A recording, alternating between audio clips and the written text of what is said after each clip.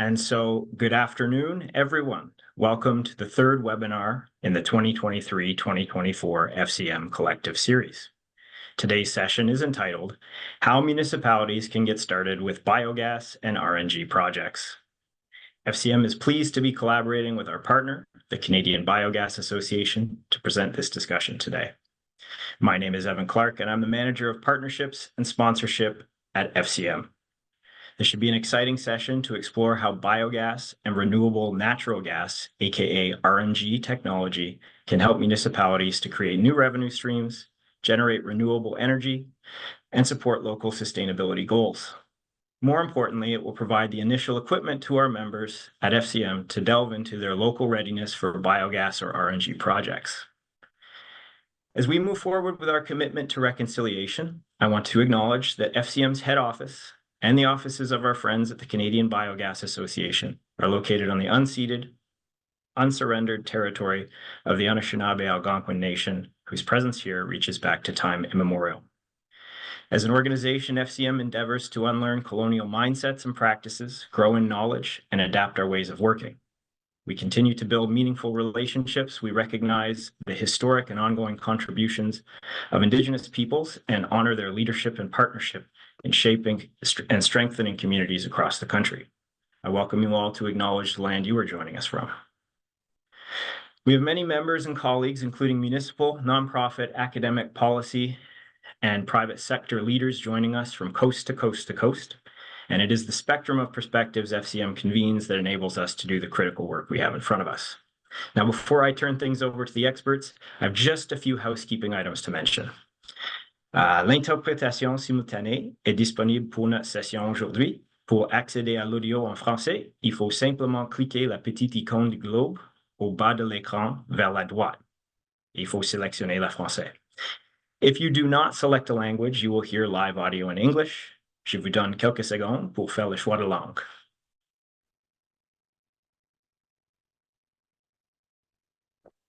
If you'd like to ask a question today, rather than use the raised hand function, please pose your questions in the chat. Our moderator today may pull questions directly from the chat to advance the panel discussion, and some questions may also be answered directly in the chat as we move along. If time allows at the end, we'll attempt to get to as many unanswered questions as possible. Finally, please note the session is being recorded and will be available on demand on the FCM website. I would now like to introduce you to our moderator for today's session. Jennifer Green is the Executive Director of the Canadian Biogas Association. Her focus is on expanding opportunities for biogas and RNG in Canada. Jennifer connects public and private sector people in commercial, municipal, and agricultural industries to build strategic, sustainable relationships to grow the sector in Canada. Jennifer's an engineer and an educator, and she brings her passion to her ongoing advocacy for best practices, policies, and programs that fit industry needs. Jennifer will lead our discussion today, but first her colleague, Sarah Stadnick, is going to take us through a short presentation. Over to you, Sarah. Great. Thank you very much, Evan, for the introduction. We're really happy to be here to share more about the association, opportunities with biogas for municipalities as well, and some of the resources that we're developing.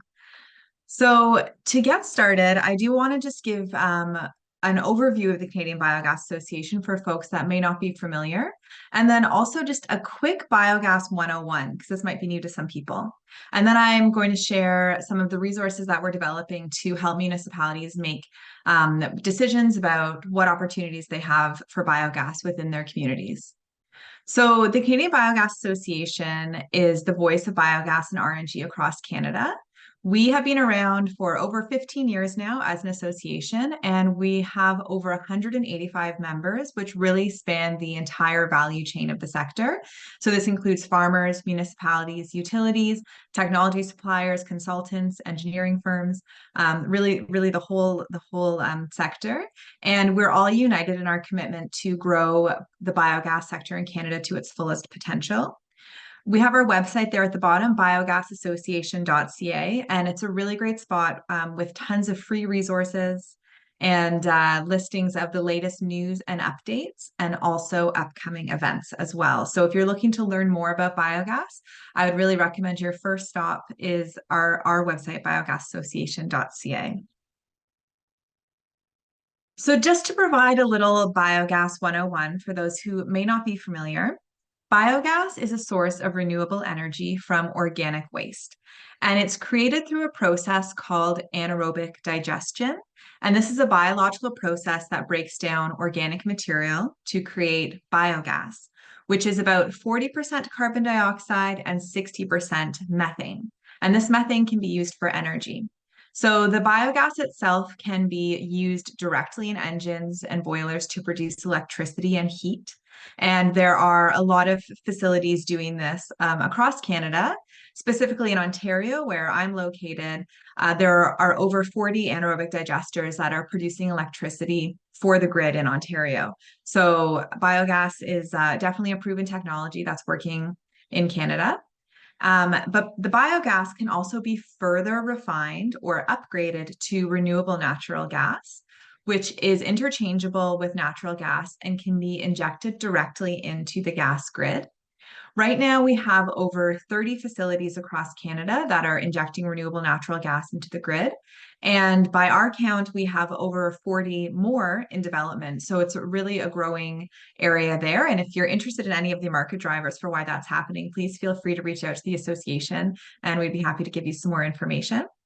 Another output from biogas is digestate. So you get the gas product from this organic material, but you also have this nutrient-rich slurry that can be applied directly onto the farm fields to return the nutrients.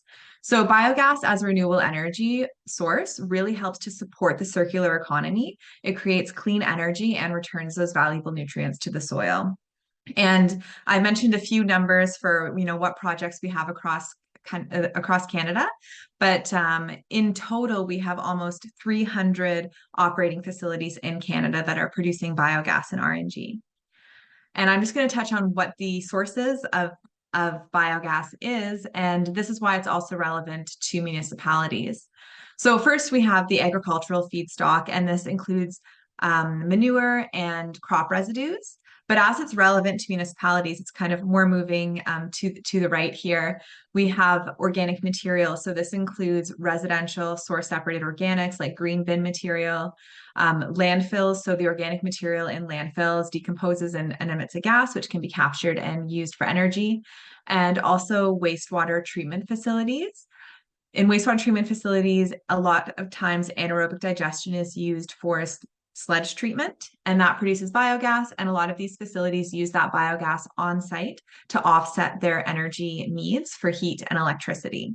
So as you can see in the blue wastewater treatment facility one, there's 111 municipal projects across Canada that are using biogas in their wastewater treatment plants.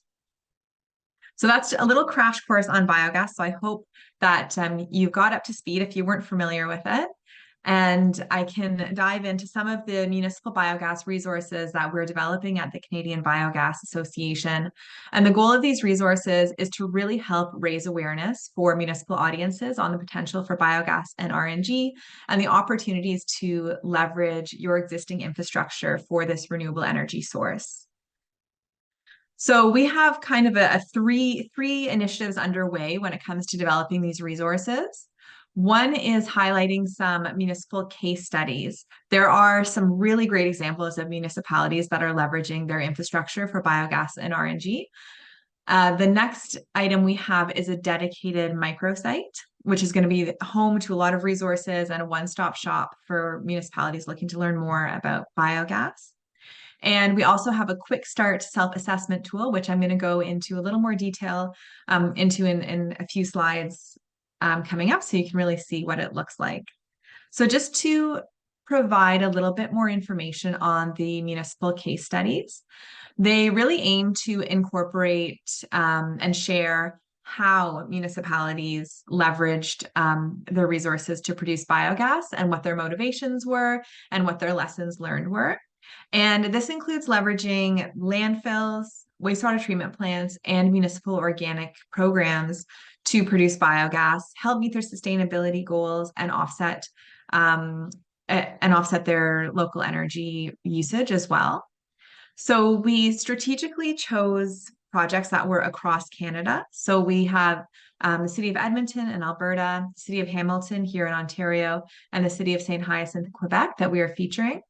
And these case studies will be on our microsite, and they'll be finalized in February, and we'll definitely share when all these are live.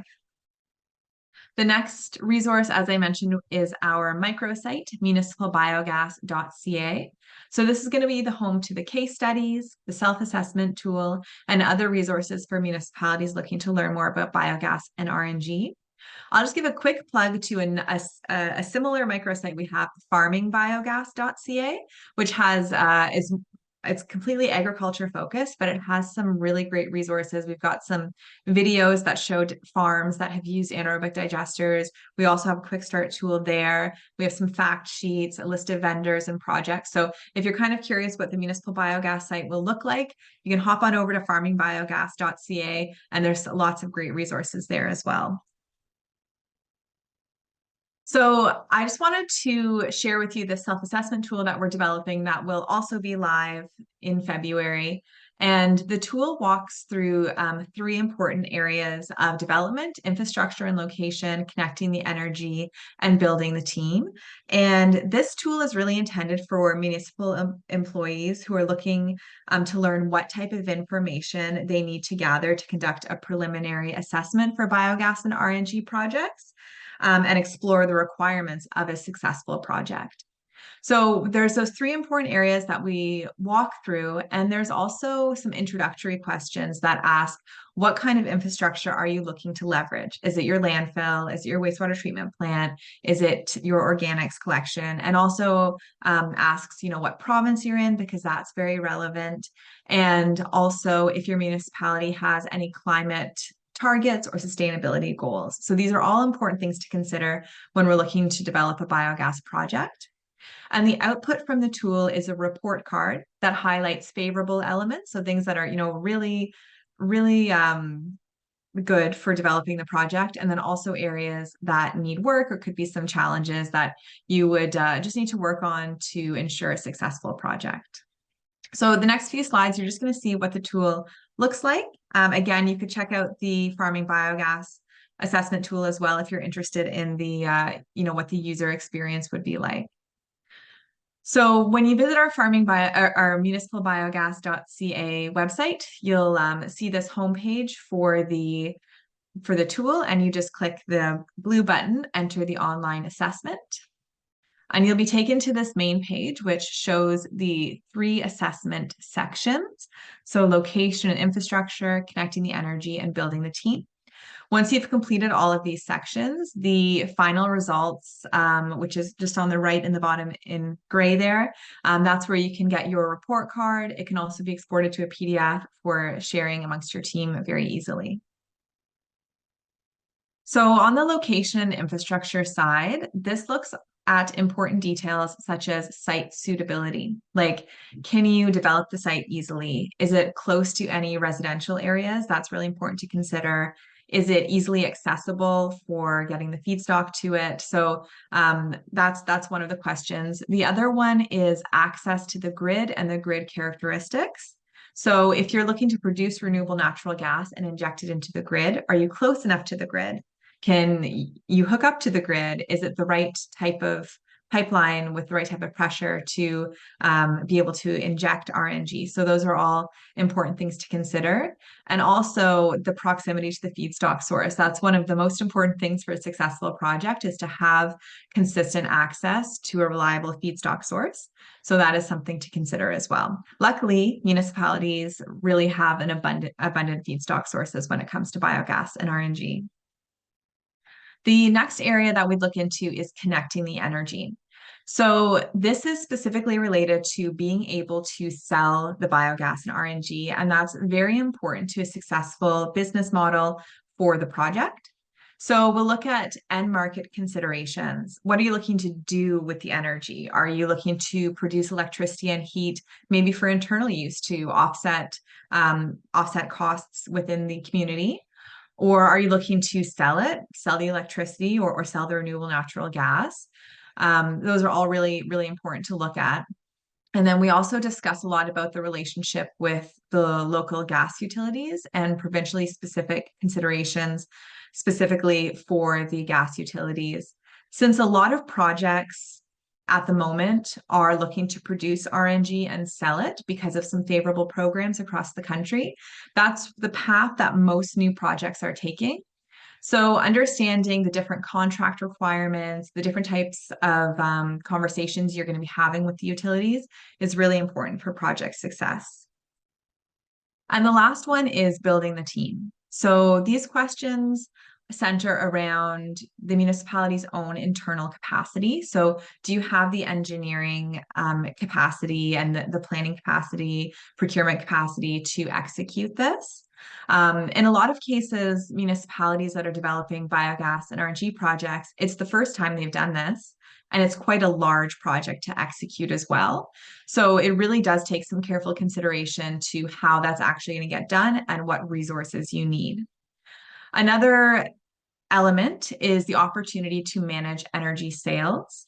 There are a lot of different pathways to go about this. One option is to use a broker, and we do include information about that in the tool. The other item is procurement models. This is somewhat related to the internal capacity as well.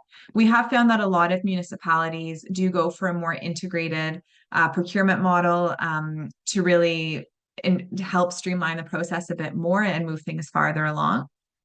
And also stakeholder engagement. So this is with the community, also on the political side as well, having political champions for the project as well. So that's what the building the team section covers. And at the end, you get the report card with some outcomes that will hopefully help municipalities looking to build a project and know what their next steps will be. Now, I do want to say we do have some opportunities to learn more about municipal biogas if you are interested. So we're hosting 2 more municipally focused webinars in February. So one is centered around technology procurement and partnerships. So this more looks at specific projects, what kind of technology they used and how these projects were developed. And the one on February 28th is about policy and different energy and carbon markets. So kind of looking at opportunities under the clean fuel regulation and just different options for municipalities looking to, sell the gas or sell the energy. I've included a QR code here that takes you to the registration page for these webinars. I'll also put it in the chat and we'll include it in the follow-up email as well if anybody's interested. These webinars are totally free, so please feel free to register for them. And one more, if you're looking to dive even deeper into the world of biogas, we do have an upcoming conference in Toronto in April on the 15th to the 17th. This is one of our annual conferences, and it's the premier biogas and RNG event in Canada. We're anticipating it to be our largest yet with over 400 attendees. We have an exhibitor showcase with over 50 companies. There's tons of networking opportunities, great information on the program. If you're looking to learn more about biogas and RNG and really get immersed in the industry, this really is the place to go. So with that, I'm going to hand it over to Jennifer Green, the Executive Director of the Canadian Biogas Association, to lead a discussion with experts in the municipal sphere around considerations for real-world municipal biogas projects. Here you go, Jennifer. Awesome. Thanks so much, Sarah. And we are very excited to have previewed a number of these resources that will be coming live shortly. And to bring us back to today's conversation, this is really the kickstart or the cutting edge, and we're really focusing on how municipalities can get started with biogas and RNG projects. Now, many of you, and there's a big extreme here, but the spectrum is large in terms of those that are just cutting their teeth and those that are very much immersed in this space already. So appreciate that we're coming at you with some fairly preliminary information, but hopefully we can dive into potentially some other questions that you might have that might populate in the chat through this panel. So I would like to introduce our panel. We have some headshots here on the screen, but I'd like to introduce each of them by name and affiliation. And what we're going to do is dive into a conversation. I'd also encourage you, as was prompted at the top, to be able to put in any of your questions in the chat. We will moderate that throughout the conversation, as well as provide some responses in real time. So I am joined today by three individuals that have had very tangible, direct experience within the municipal context for biogas and renewable natural gas projects. Michael Cant is a principal with GHD, a global multidisciplinary firm, and we are very happy to have his perspectives. We are also happy to welcome Indra Maharjan from the city of Hamilton. Indra is the Director of Corporate Facilities, Energy and Infrastructure. And Indra has a wealth of knowledge, and we are so happy to have you join us today. And thirdly, we have Ben Henderson. And Ben is a former city councillor with the city of Edmonton and a former Green Municipal Fund chair.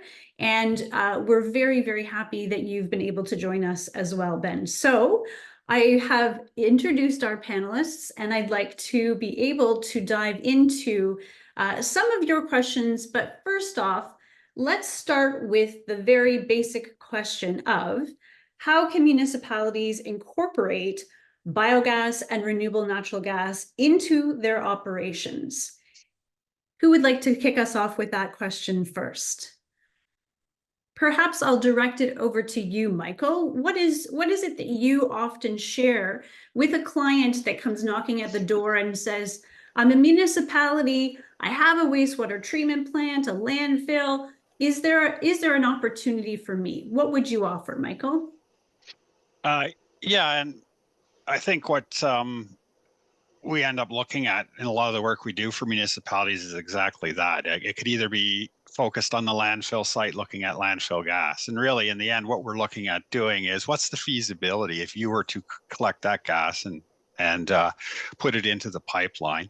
What is the benefit? What does it mean? What's it going to cost? And on a project by project basis, or if it's source separated organics, if we're going to move that out of the waste stream, out of the landfill site and put it in this type of facility, what's the benefit? And I think what we see in municipalities is they control the waste stream, they run the sewage treatment facility.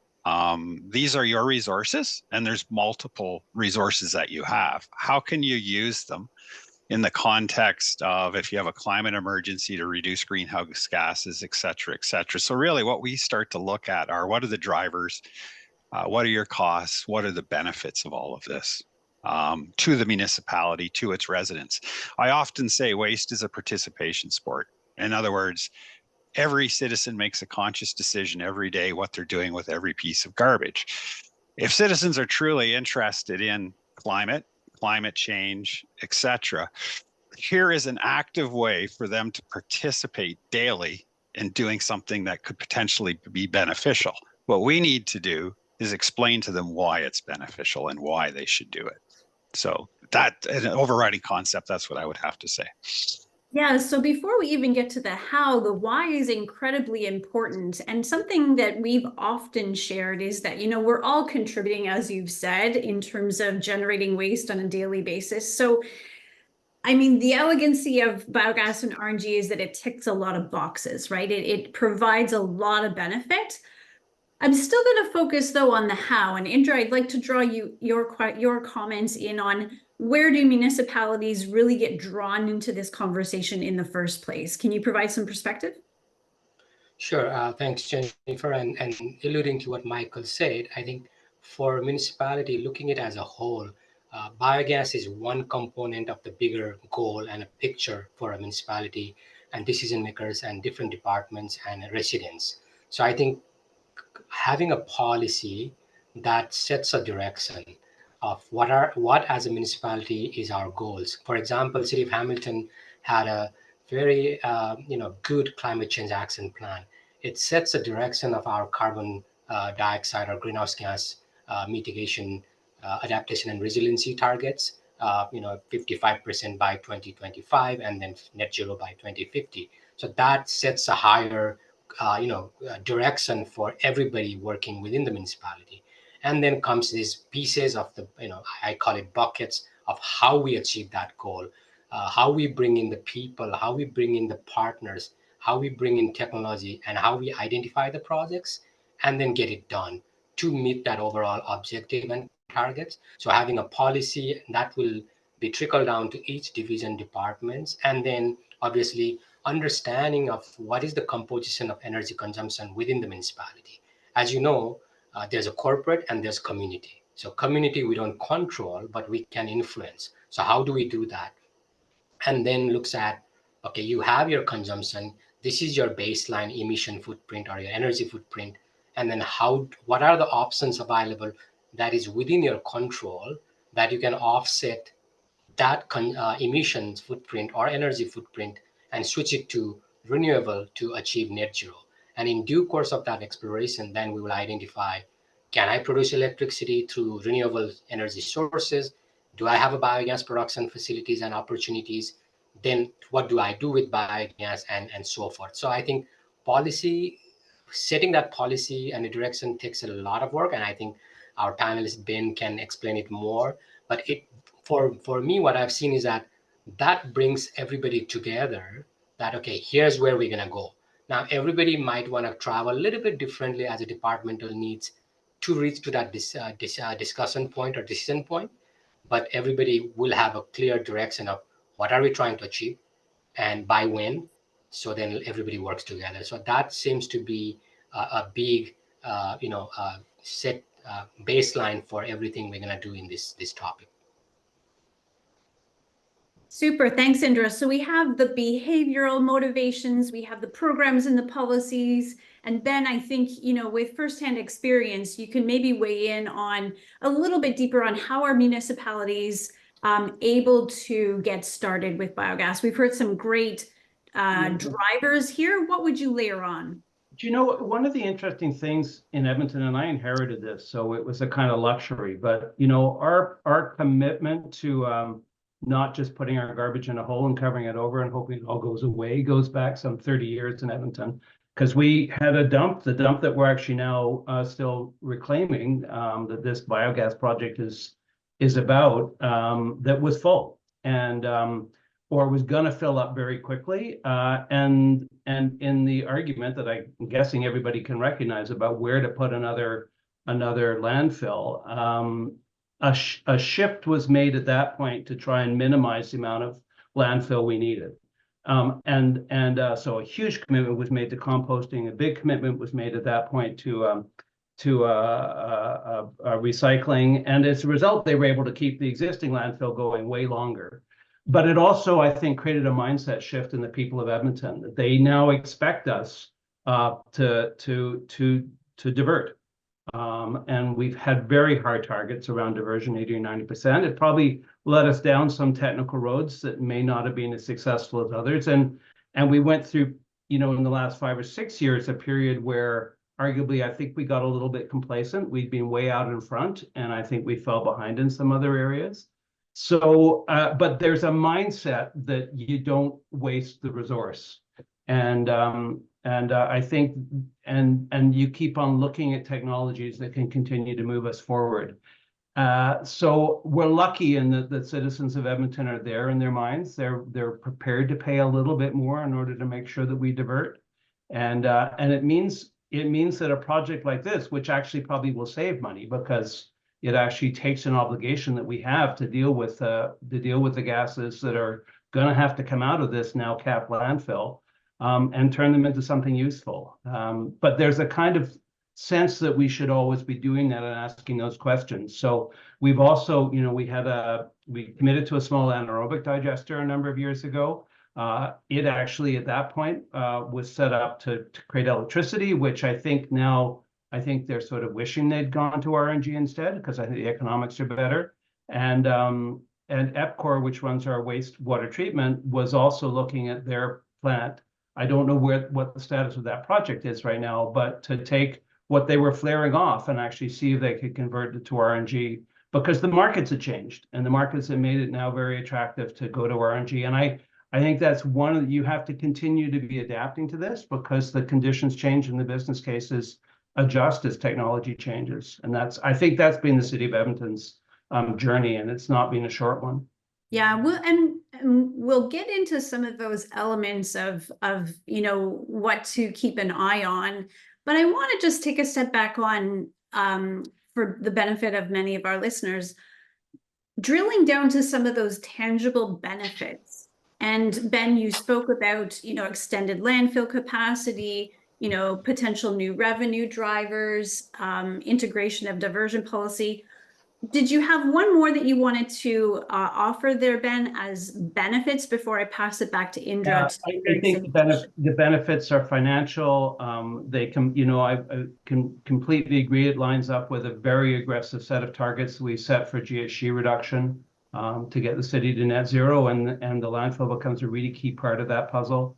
I think it's that it's that environmental side which is driving our policy.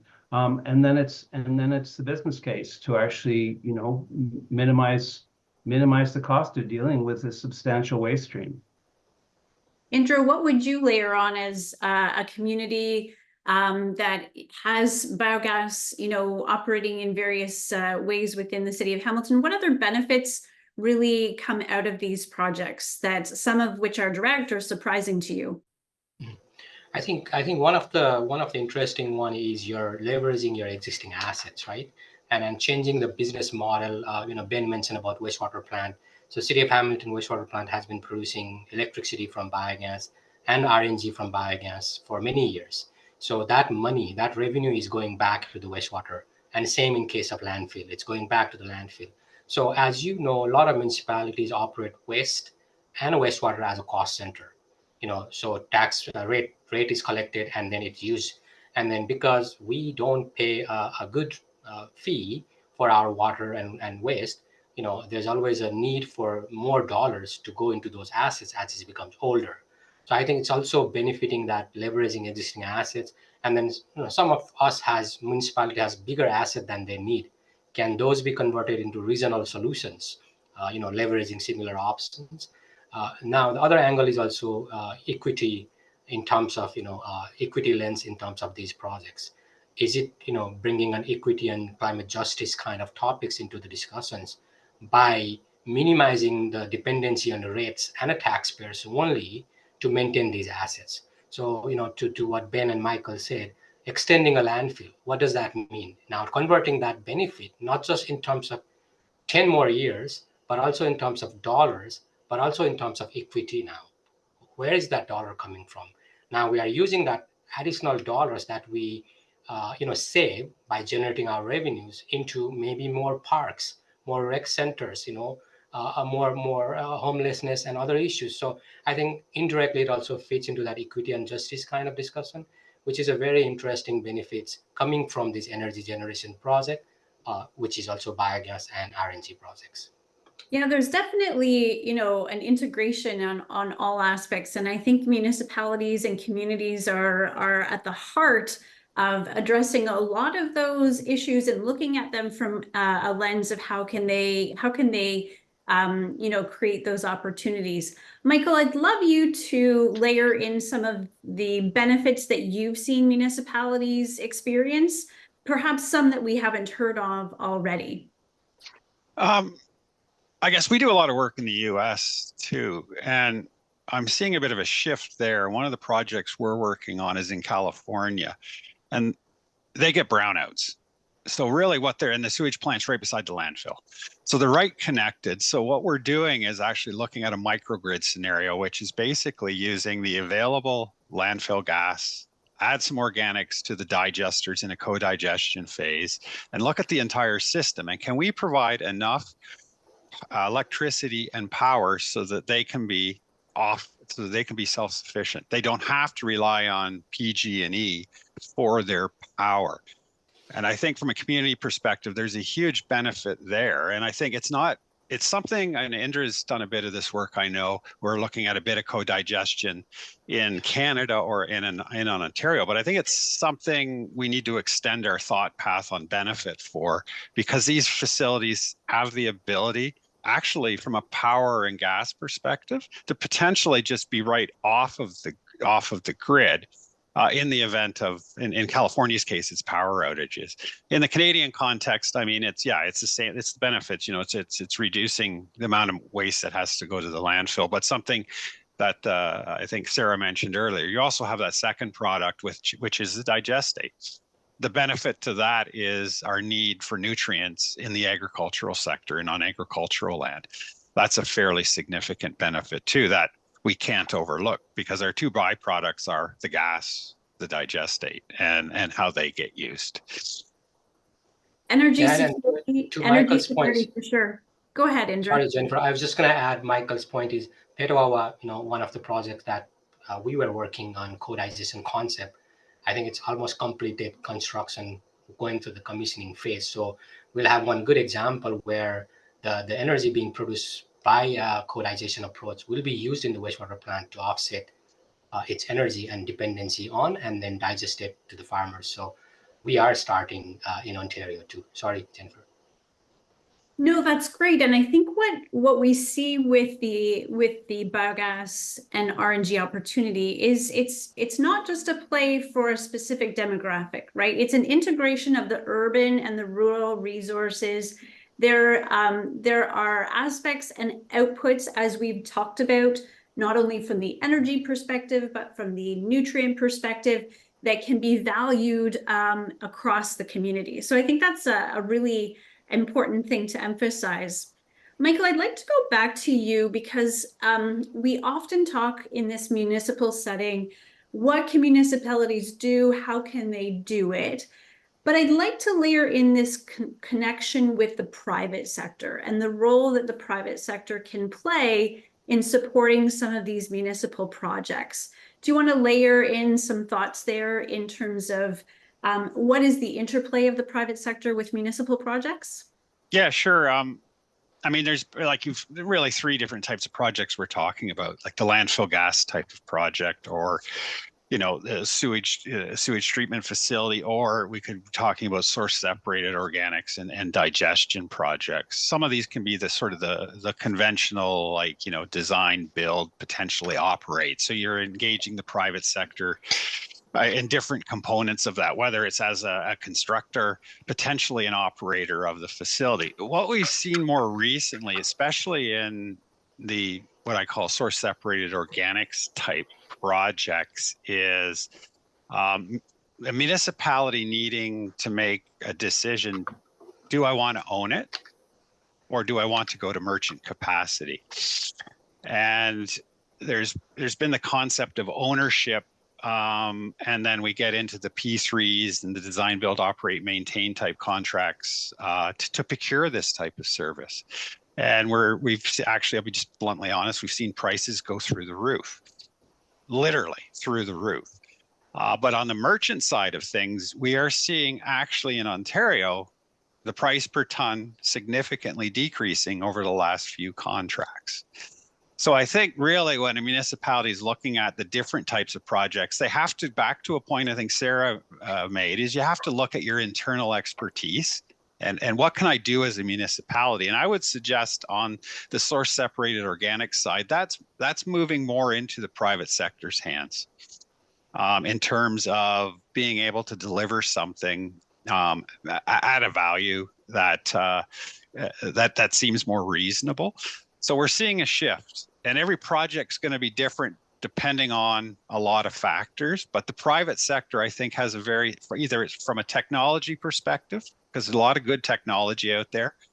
And that technology, it all comes down to risk and who's holding the risk. If we push that risk too much to the private sector, we're finding they are they're just pricing it in, and that's what's elevating costs. So yes, they're an active part of any project that's going to happen. Municipalities have to look at each project and say, hey, how do I want to engage them? Because I'm going to have to, because either they have the technology, the construction expertise, or the operational expertise that we require. And Ben, I would love for you to tack onto that because you've probably had that interface, that experience with a private sector partner. What would you offer in terms of the lens of that private sector partner? Well, I should couch my response a little bit in that I'm 2 years out of this conversation because I'm not at City of Edmonton anymore, but I did get a chance to talk to them about it. And they felt with the project that we're talking about here, which is basically making RNG out of our landfill gas obligations, and Capital Power has come in as an equal partner. And could the city have done it without them? Yes. But the two benefits that Capital Power brings is one, some technical capacity that the city would have had to get elsewhere. They're experts in the area and in the way the cities tend to be more generalist. And two, they've got access to the markets. They know how to work the markets. They know how to get the product into the market, which again would be new territory for the city. So in that case, I think Capital Power came, and we'd always worked with Capital Power because we had been generating electricity for 20 years off this stuff, or 30 years.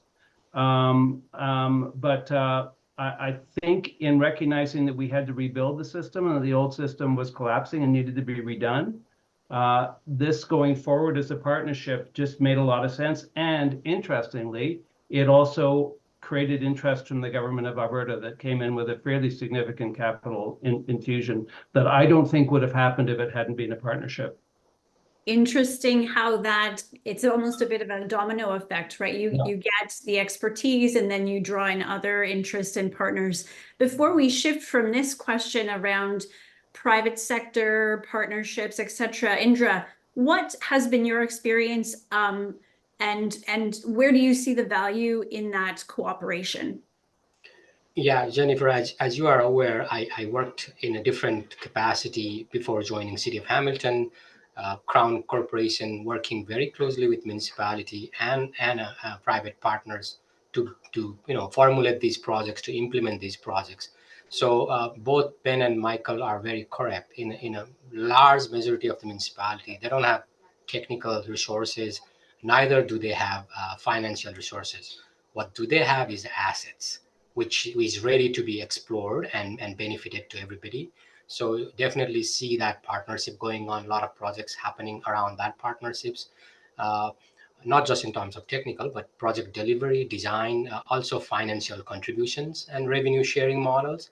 Coming to the City of Hamilton and a bigger municipality, what to Michael's point, what we have seen in Ontario is that desire to own the assets, to control the operations of the assets. And also they have some capacity to financially involve in these projects too. However, are they a risk taker? Are they willing to take a risk? And to Michael's point, what we have seen in the market is trying to shift the risks to the other parties and the price coming exponentially higher and not helping projects to be done. So there's a talks about alternative delivery model, integrated project delivery models where everybody is sharing the risks. And I personally believe that is a way to go if we want to develop these projects, puts the projects on the ground. So there's a lot of and FCM plays a big role. They have funded many projects, and a lot of funding agencies comes into the mix, but also regulators plays a very big role in ensuring that these projects happen in a time. There's not a lot of cost to these projects, which we have seen the difference in agricultural digester projects versus a municipal wastewater co-digestion projects. There's a huge difference between a regulatory approval process that's adding to the cost. However, the regulators have been very much proactive in discussing and getting things in time. So definitely, I don't see any projects without partnerships in this space for many years to come. Agreed. And we've heard this question, so we've framed up really well the opportunity for you as a municipality. And I appreciate the questions coming in through the chat. Before I move to this question around risk, because again, let's face it, folks, these are complex systems. It's not all rosy, right? It takes some heavy lift, it takes some effort, and we've had some lessons learned in this space. So I'd like first to speak to the question about the small scale municipality and how they aggregate the resources, or how the technology can kind of fit to scale there.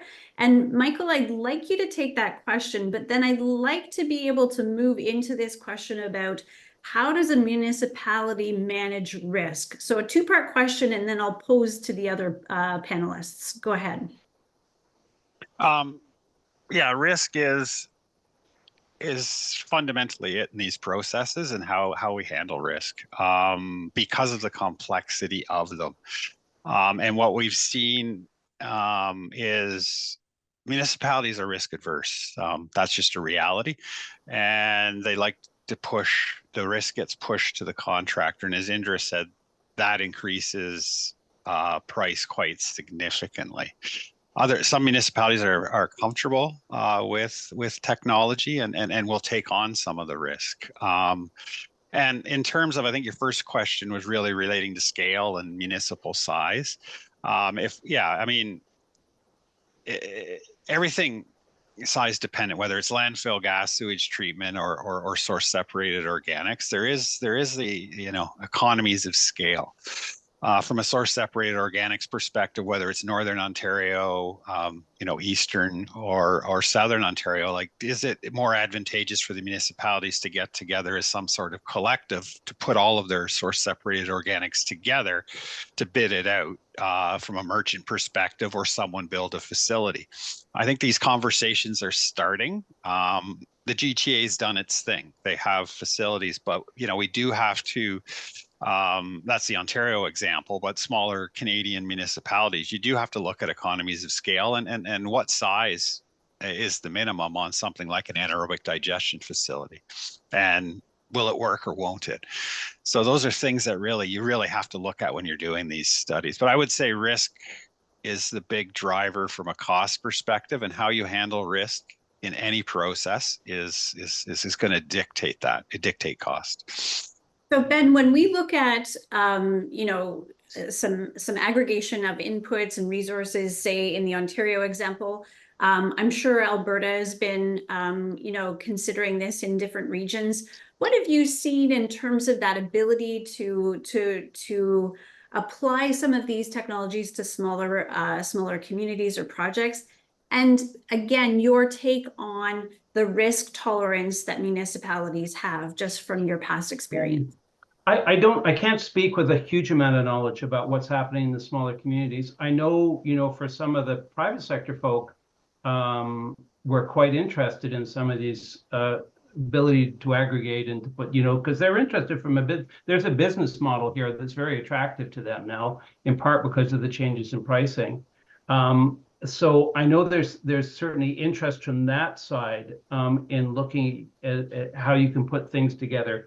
I mean, I think the risk question is a really interesting one. And I think what's interesting about risk in this case is the risk is no longer technical, right? You're not, there's a lot of really good technical answers that are proven out. So that's one, we made some mistakes, not in this area, but in other areas where we maybe got a little bit easily attracted to some really exciting technology that didn't work. And unfortunately, when that goes wrong, it has an implication later on to your willingness to take on the next project. I would argue that when it comes to this, that we know the technology is there and the technology works. So the real challenge is making sure that you're not wishful thinking on what product you have to put into the system to begin with. That you really do your business case and your homework on the quality of feedstock that you've got, because that can really vary, and not wishful think that. But it really is more, I think the risk can really be minimized by just being really careful with a good business case and making sure you understand what you have to put into the system to begin with. And then you can go out and figure out what kind of technology is most appropriate for what you got. So if I was talking to smaller communities, I think it would be about understanding what they're sitting on and doing a really thorough business case on that, and not worrying too much about whether the technology works, because I think it does. The challenge is going to be that you actually have something that you can put into the system that's going to work financially.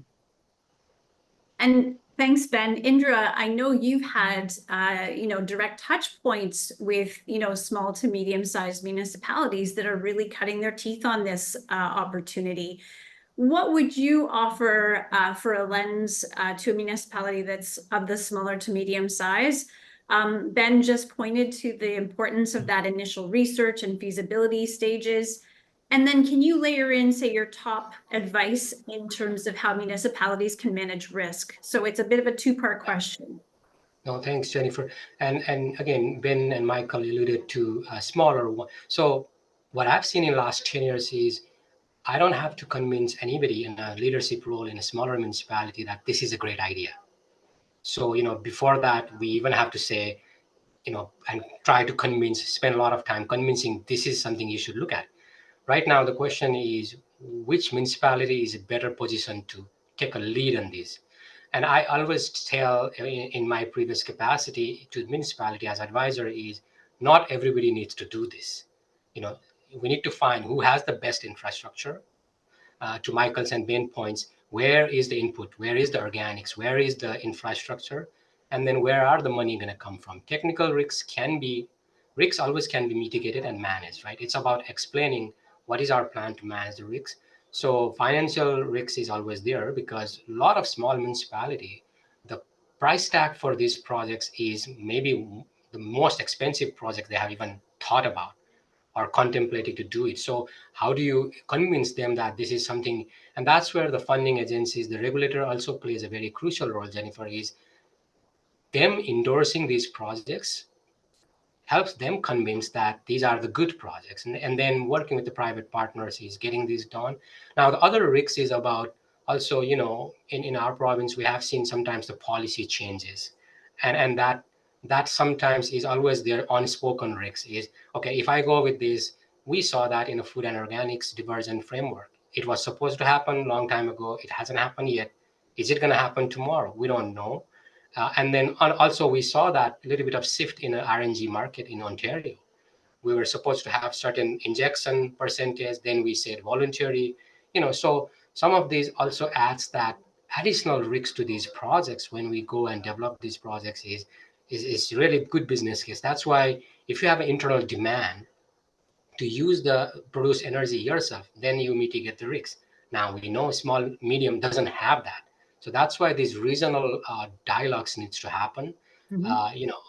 Regional municipality who are bigger in a size, but then might not be fully capable of doing it all on its own, whether they don't have enough organics or they don't have users, need to start that conversation on a regional context so that, it can, again, back to my point about leveraging the existing assets should be a key focus. That also minimizes the burden on the ratepayers. If we go separately, we're going to pay a lot of money doing separately, and then there's a lot of risks associated with that. I want to thank the panel, and the final kind of nod that I'd like to share with everyone is that, this is not, maybe you're cutting your teeth on this topic. There are a lot of resources that will be coming out. Go out and see a facility. It's the best way to learn and ask the questions directly of the municipality. Lots more to come in the next and upcoming webinars. I see lots of questions about policy and carbon markets.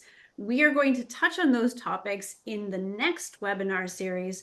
But for now, I'd like to put a hold on some of those questions because I'd like to pass the floor over to Catherine at the Federation of Canadian Municipalities to tell us about the Green Municipal Fund. Over to you, Catherine.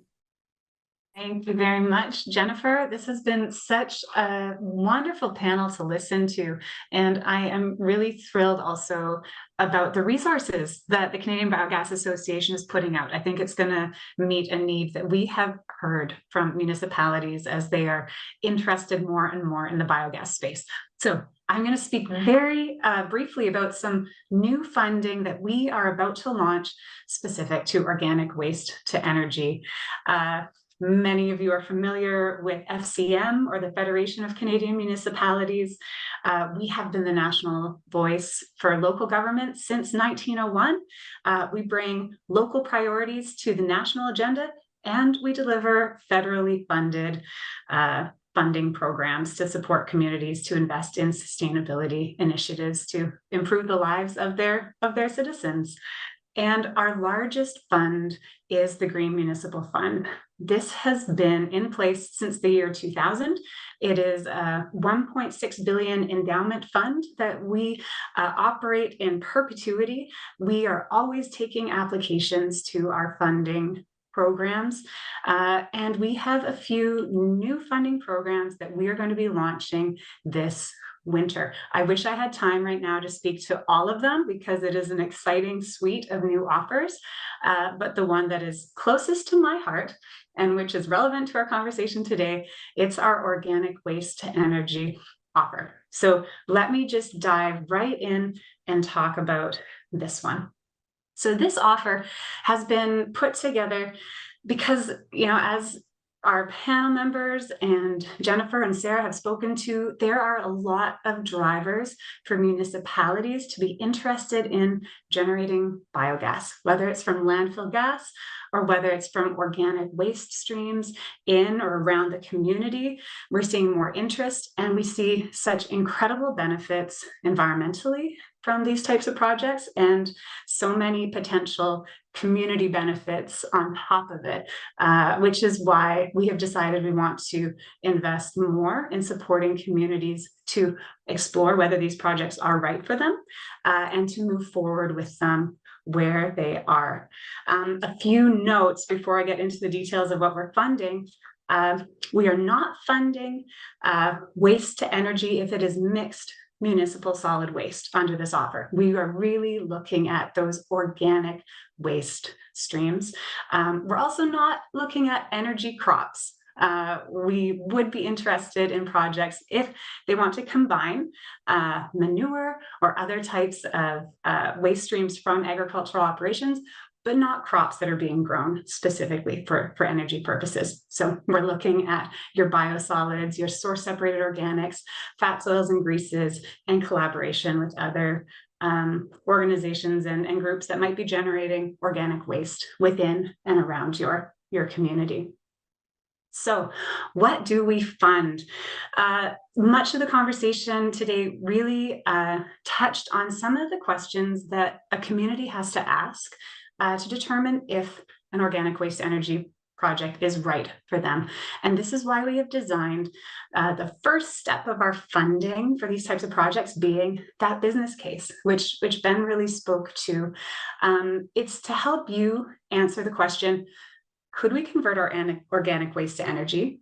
Do we have the right waste streams to create an energy project? And then should we? Does this business case make sense for us? It's to support you to look at all the many variations of how a project should come together to be a benefit for your community. And I think the resources that the Canadian Biogas Association has put out is a great resource for thinking about the many types of questions you might explore in a business case project. For this, we would grant up to 50% of eligible costs up to a maximum of $100,000. Once you have already evaluated your business case and you say there's a good argument for us to move ahead with this, we would then fund a feasibility study for your community. This would help you do the actual technical design, engagement, regulatory approvals, everything needed to get to a go for your capital project. This we would grant up to 50% of eligible costs up to a maximum of $200,000. You could also do both of these pieces of work together in one go, for a total of $200,000 if you wanted to combine these scopes of work. But we encourage communities to go stepwise through this to really take the time to explore these projects. And then, of course, we have capital funding. This would be a combined grant and loan up to 80% of eligible costs. And it isn't noted on this slide, but if you are a small community with a population of 10,000 or less, or a northern community, or an eligible Indigenous community, you're eligible for grants of up to 80% of costs, or even 100%. if you have not previously received funding from our fund. So I encourage you to check it out. I don't have time to talk about these great projects, but let me just tell you, there are some great projects that have been funded through the Green Municipal Fund related to biogas and landfill gas. There are details on these projects on our website. Please do go check it out. Our funding is available to all Canadian municipal governments and project partners. We have a learning center, so many resources online, including a project database if you want to go read about other projects that have been funded by us. And please do connect with us, subscribe to our newsletter if you want to get notified as soon as this new funding has gone live. And that's it for my presentation. Let me find the right button to stop sharing. Jennifer. Thank you also, or thanks very much, Catherine, and thank you also to Jennifer. Thank you to all our panelists and speakers today. A final thank you, of course, to our friends at the Canadian Biogas Association for your collaboration on today's session. And thanks again to our panelists. Thank you for sharing your local expertise and your experience and sharing that with FCM's members. We will be posting a recording of this session to fcm.ca in the coming days, so please feel free to share this as a resource for your colleagues.